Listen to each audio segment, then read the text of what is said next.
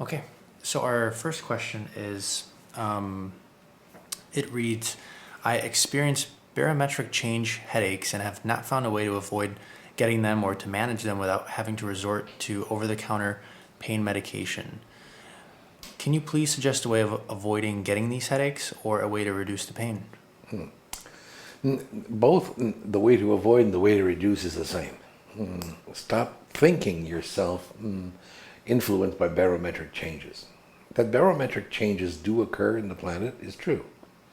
That they can, to some degree, for those who are ultra-sensitive, affect them. Again, is true. But the degree of affectation is basically up to your mind. It is you that is using your mind, is saying to yourself, I am getting intense headaches from this, amazing headaches, great headaches, big headaches, or large headaches, wonderful headaches, etc., etc. And so the resultant is, of course, your mind is creating this for you. That you're getting affected, we agree. That the intensity of the affectation is up to you, we agree with that as well. So it's up to you to change. Shift your mind's perspective. We assure you, it isn't that it is a given, it is an inevitability that you're going to have these headaches. It is that the headaches are based on your psychology's belief structures in relation to this. And of course, that's reinforced by everyone saying to you, oh, the pressure's changing today. Do you have a headache? Or you saying, I have a headache. The pressure must be changing today. Well, there are many, many reasons to have a headache, and until we locate you, we cannot give you the exact reasons. But we can assure you, dear friend, that the barometric change is in relation to headaches. The number of times that has occurred as a percentage of total headaches would be approximately 0.12%. So really, the rest of the time it has other factors involved, such as toxicity within the body, liver difficulties, digestion difficulties, allergies, things of that nature. Do you think? Can the same thing be said about allergies? Just a quick side question. Like allergies are also just in your... They're not just in your mind. This is not what we said. We didn't say it was just in your mind. We said that the affectation of it is in your mind. Right. So the intensity of it is in your mind. That you're being affected is agreed. Now, with regards to allergies, of course, there are certain difficulties that the body encounters. The body itself is oftentimes affected by certain, call them influences, that move the body to react in a certain way or in another way. Oftentimes histamines, for example, will create sneezing, will create watery eyes, itchy eyes, things of that nature. That it does exist is true. But that most individuals, the reason this occurs is because most individuals have a firm belief, number one, that allergies do exist and that they are allergic, number one. Number two, that they themselves have a weak immune system. And number three, of course, the main reason, is that they're not following a good, healthy diet, good health protocol to minimize the effects of allergies. If they were to follow a good health protocol and a good diet, as we suggested to humanity on so many occasions, they would find that the majority of their allergies would be minimal at best, not to the intensity that most individuals have today. Do you think? Yeah. And of course that has, as we said, a direct relation to diet. If you eat food that is combined with chemicals, or drink water with a great deal of chemicals, well then, dear friends, we assure you that this will affect your body. You are, in effect, making your immune system weaker and weaker. You need to have a strong immune system, and that needs to be supported with good supplementation, good food, and good water. Does it? Yes. Thank you.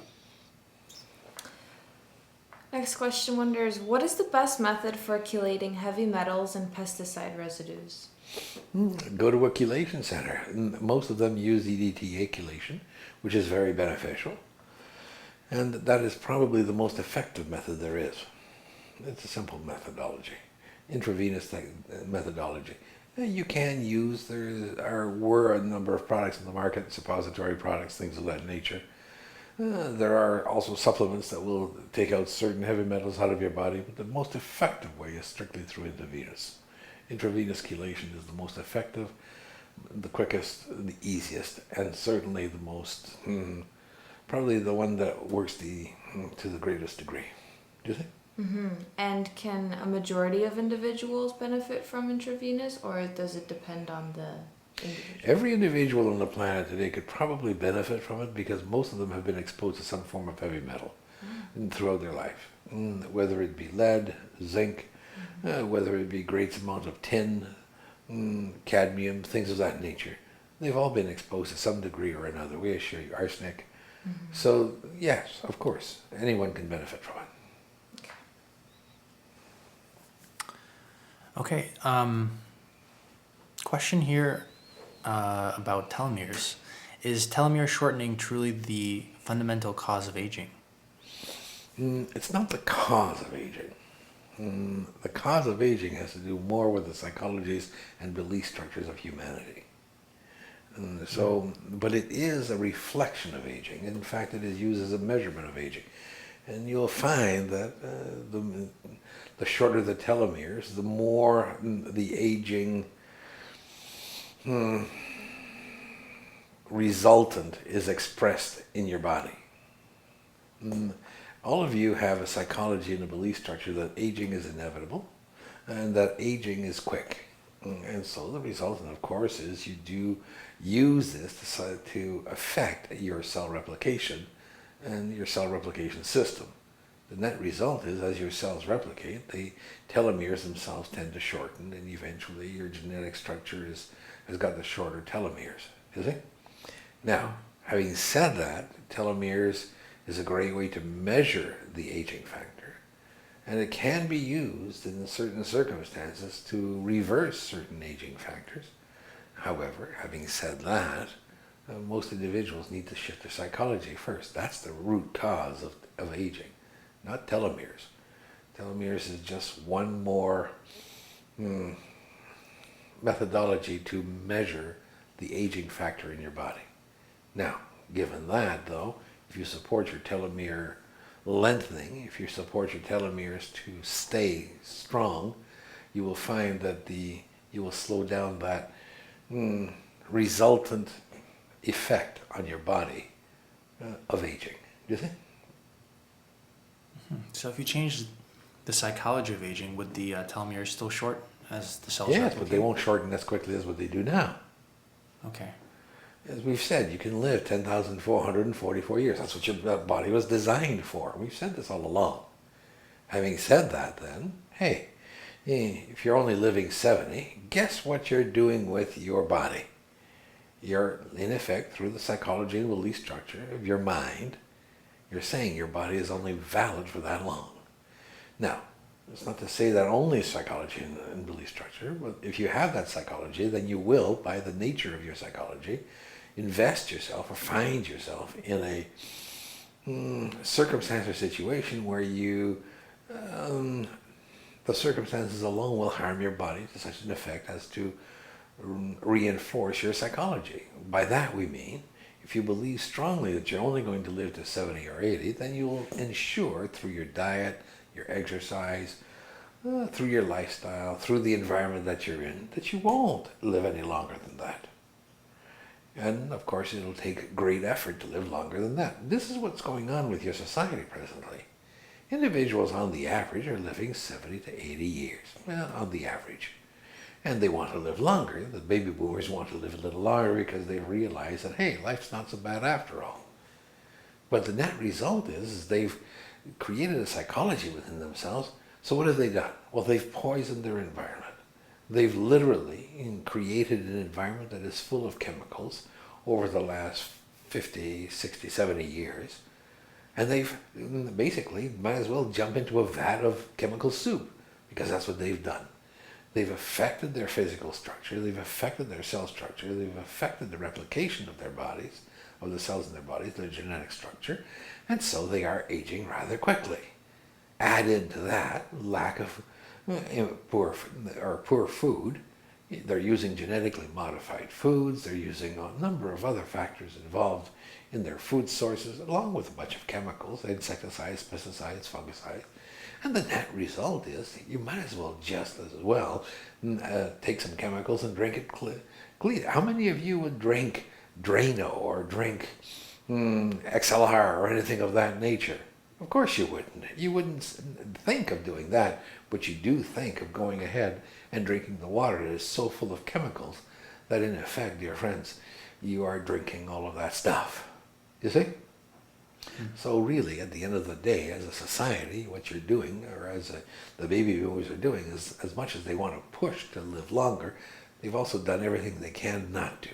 So the net result is now they're developing, through the baby boom generation, chemical companies that are developing compounds, that are developing pills, etc., to help you make you live longer.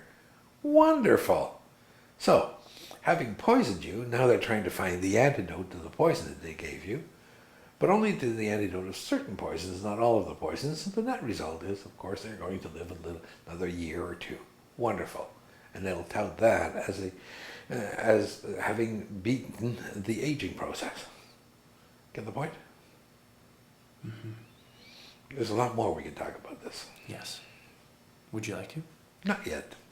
Okay. Best to leave that for the health retreat. Okay. And one other question on top of that. Does exercise make telomeres longer? Not specifically. Depending on the type of exercise, we've suggested a number of occasions rebounding. It's one of the best exercises you'll have, and that will help to maintain the telomeres, even to some degree lengthen them, very little, but will at least maintain, if not to including lengthening as well. But you go out and you run a marathon, you go out and you lift weights, you go out and you play a hard game of racquetball, squash on a regular basis, you go out and do all of those other activities, you're going to find that your body is going to be burning its telomeres rather quickly. If you decide to walk, that's different, a very mild form of exercise. Walking is a great form of exercise, especially if it's done in an environment where there's no pollution. By that we mean forests, things of that nature, nature trails. Of course, if you walk in the downtown city with the cars going by, the exhausts going by, and you're breathing in and all those wonderful exhaust fumes, then your telomeres are going to shorten rather quickly, we assure you.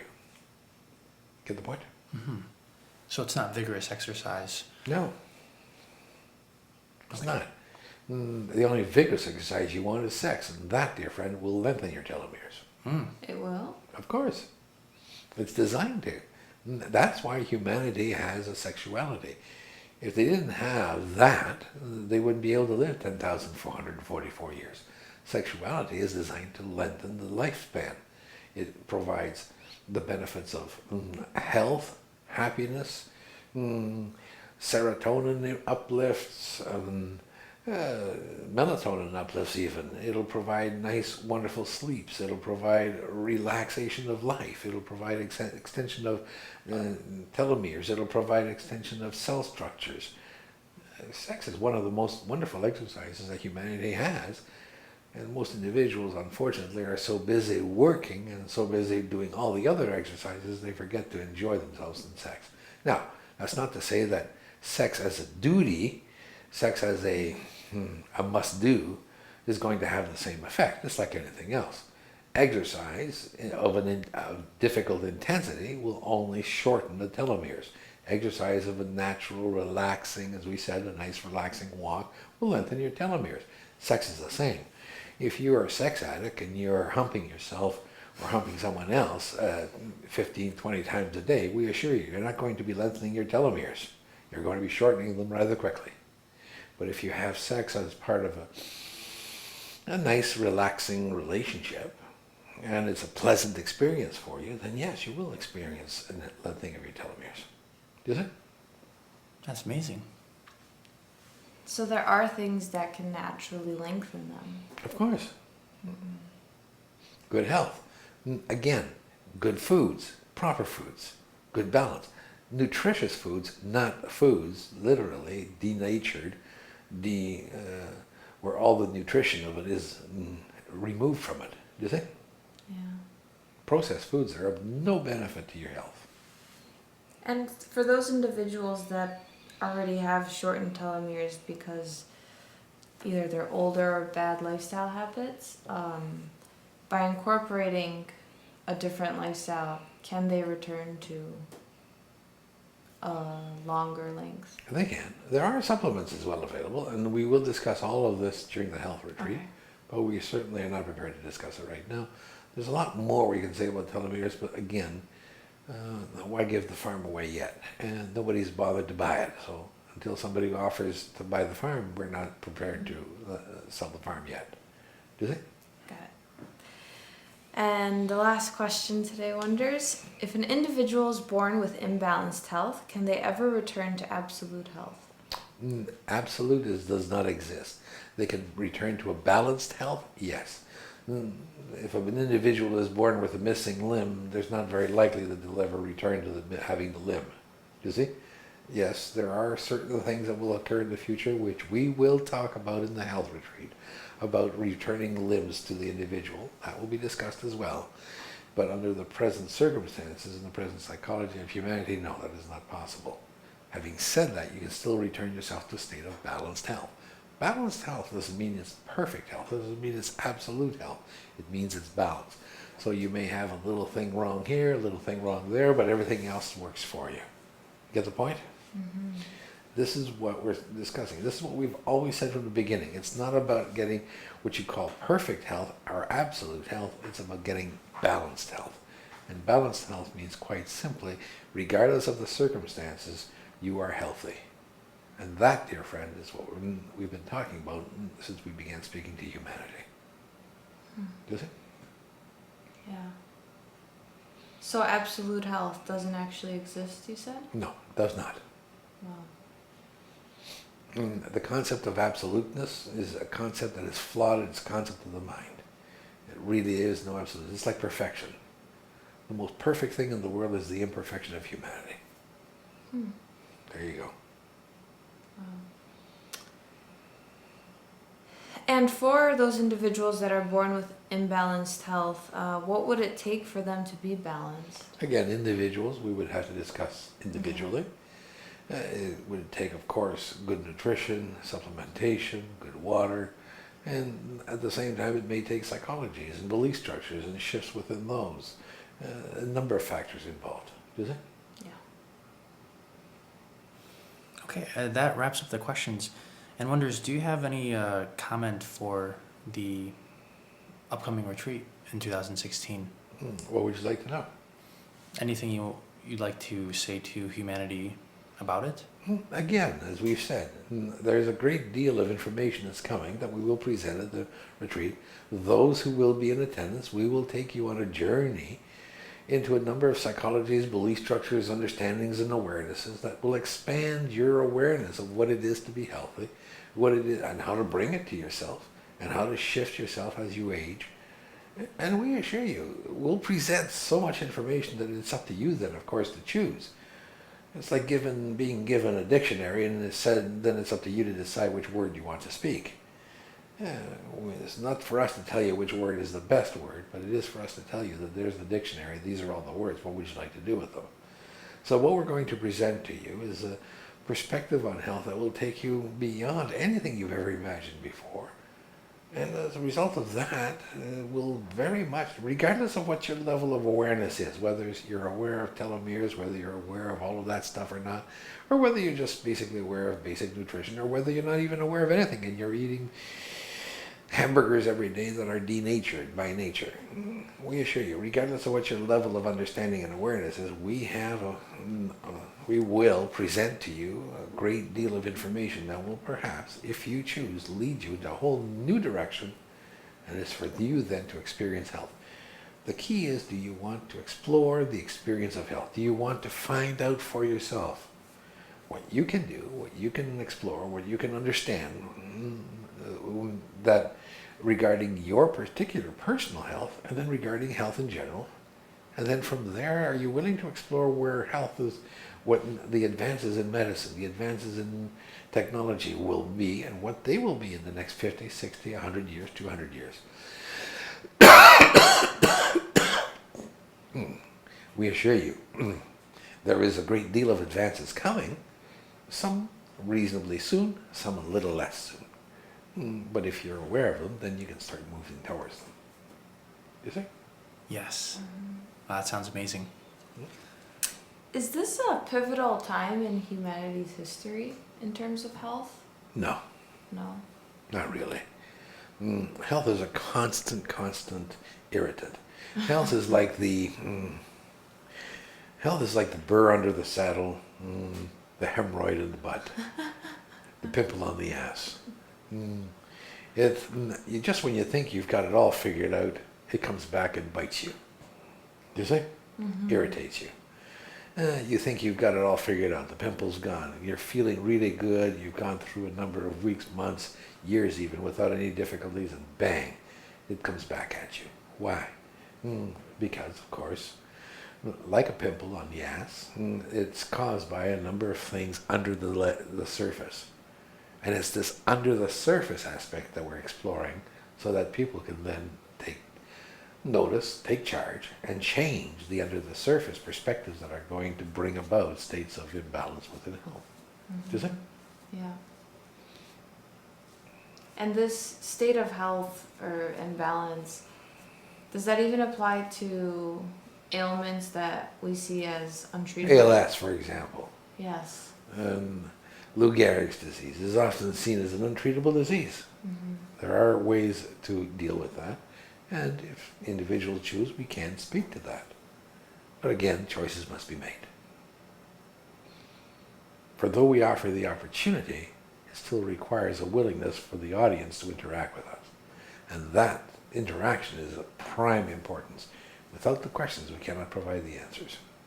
Okay. Thank you. Yes. We do thank you. To you all, the appreciation of all. The appreciation of all wonders. wonders. Wonders may move to end this session. Please. Please perform all healings that are chosen. Done. Please relax the body to its natural state now. And to you all, the appreciation of all. The appreciation of all wonders. Would like Renee to awake feeling completely loved now. Came out of that session was fascinating because I could see how, it's almost like I could see that if you go underneath layer by layer by layer inside of yourself, you'll find in each layer call it the thing that stops you, the irritant, whatever, that really stops you from being in balance. It's we often think of health as being a certain way. To be healthy, you have to be able to run a marathon. You have to be able to, climb Mount Everest and so on. Health is not like that. And the Wonders perspective of health is very different. It's about being in balance no matter what environmental situation you find yourself in. It's not that you can't be exposed to conditions, to diseases and things like that, but you're still in a state of balance so that the diseases don't affect you the same way as others. That's it. That's all I got. Thank you.